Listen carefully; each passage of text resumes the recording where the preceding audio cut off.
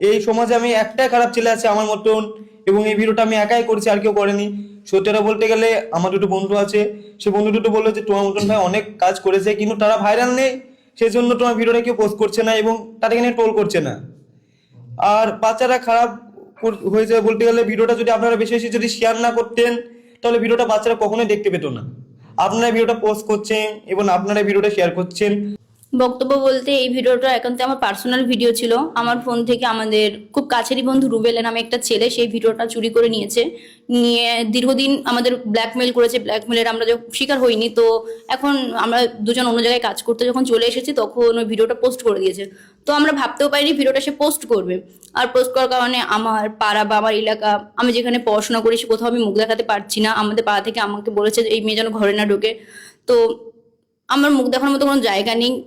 আমার মান সম্মান বলতে কিছু নেই, আমি কাকে মুখ দেখাবো? আমার মুখ দেখানোর মতো কোনো জায়গা নেই। তো কিসের সম্পর্ক?